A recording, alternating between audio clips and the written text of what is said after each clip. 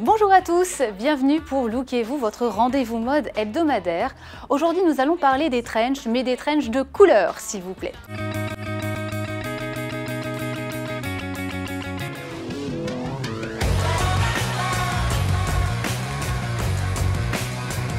Bonjour, quelle longueur de trench choisir en fonction de sa morphologie?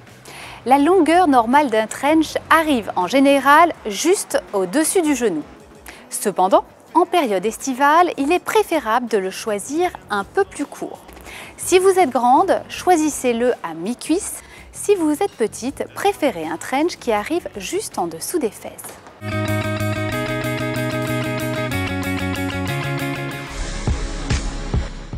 La question du jour, comment choisir le décolleté de votre robe en fonction de votre poitrine? Si vous avez une petite poitrine, choisissez un col rond ou un col bateau. Si vous avez une poitrine généreuse, à vous les cols V et les décolletés plongeants. En fait, pour faire simple, retenez que plus les cols sont près du cou, plus ils vont diriger le regard vers le haut et donner davantage de volume visuellement à votre poitrine. Inversement, plus les décolletés sont en V et profonds, plus ils vont diriger le regard vers le bas et alléger visuellement votre poitrine.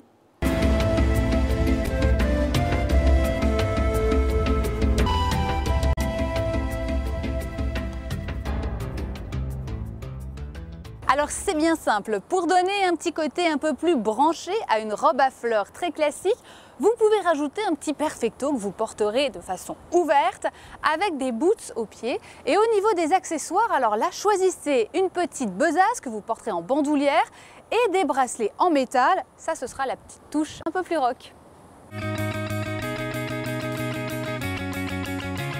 La question du jour, comment porter le vert émeraude au quotidien? De jour, il se porte de façon sobre, sur un pantalon ou un blouson par exemple, et le soir, il se porte de façon beaucoup plus chic, c'est-à-dire avec des reflets de pierres précieuses, comme sur une petite robe de soirée par exemple. Si vous hésitez, optez pour une belle paire d'escarpins ou une émeraude en pendentif.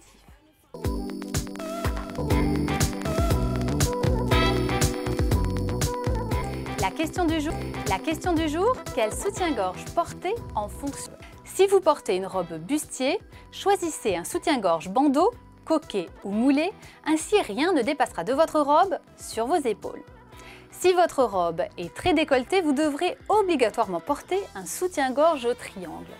Si votre robe est dos nu, il vous faudra choisir un soutien-gorge spécifique dos nu avec une attache dorsale transparente. Et enfin, si votre robe est à la fois dos nu et décolletée, il faudra peut-être oublier les soutiens-gorge et vous tourner vers des adhésifs. Un look de la semaine un peu particulier puisqu'il consiste à vous donner des conseils pour trouver la tenue la plus appropriée pour aller faire les soldes. Le but, avoir à vous déshabiller le moins possible pour perdre le moins de temps et éviter de passer et de faire la queue en cabine d'essayage. Et maintenant, explication. En haut, choisissez un trench ou un gilet qui sera facile à enlever et que vous pourrez nouer sur vos hanches pendant votre shopping. En haut, mettez un débardeur moulant et en bas, un caleçon long que vous pourrez passer sous vos jupes et sous vos pantalons. Et enfin, en bas pour être à l'aise et enfin, en bas pour être plates qui seront faciles à enlever. Une silhouette petit prix signée des Galeries pour 60 €.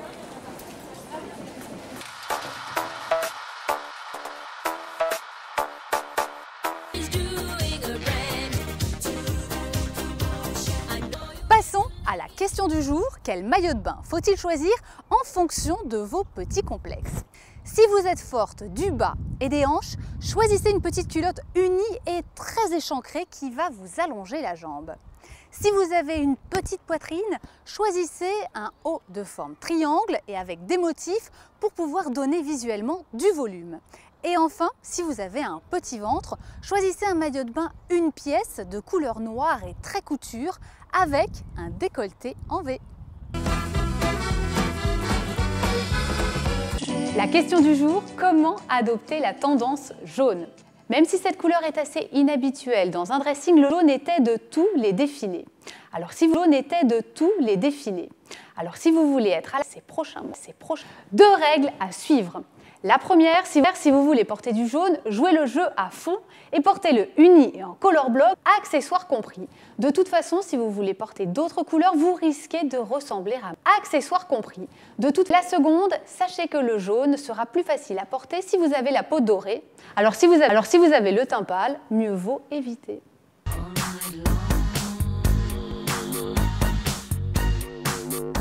La question du jour, quelles sont les règles d'or pour adopter la tendance or sans faire d'erreur? Si vous choisissez un accessoire doré de type ceinture ou chaussure, tout le reste de votre tenue devra être de couleur sombre. Si vous craquez pour une petite pochette dorée, choisissez-la pailletée et réservez-la pour vos soirées. Et enfin, si vous avez le teint très pâle, le doré ne sera pas facile à porter et vous devrez alors vous tourner vers un doré légèrement patiné tirant sur les bronzes.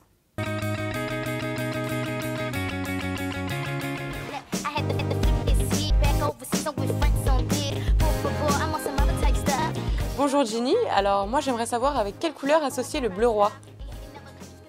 Alors, pour répondre à la question de Flore, le bleu roi se marie très facilement avec du noir pour un côté glamour, mais pas seulement. Pour une version jour très classique, du bleu ou du gris clair feront l'affaire.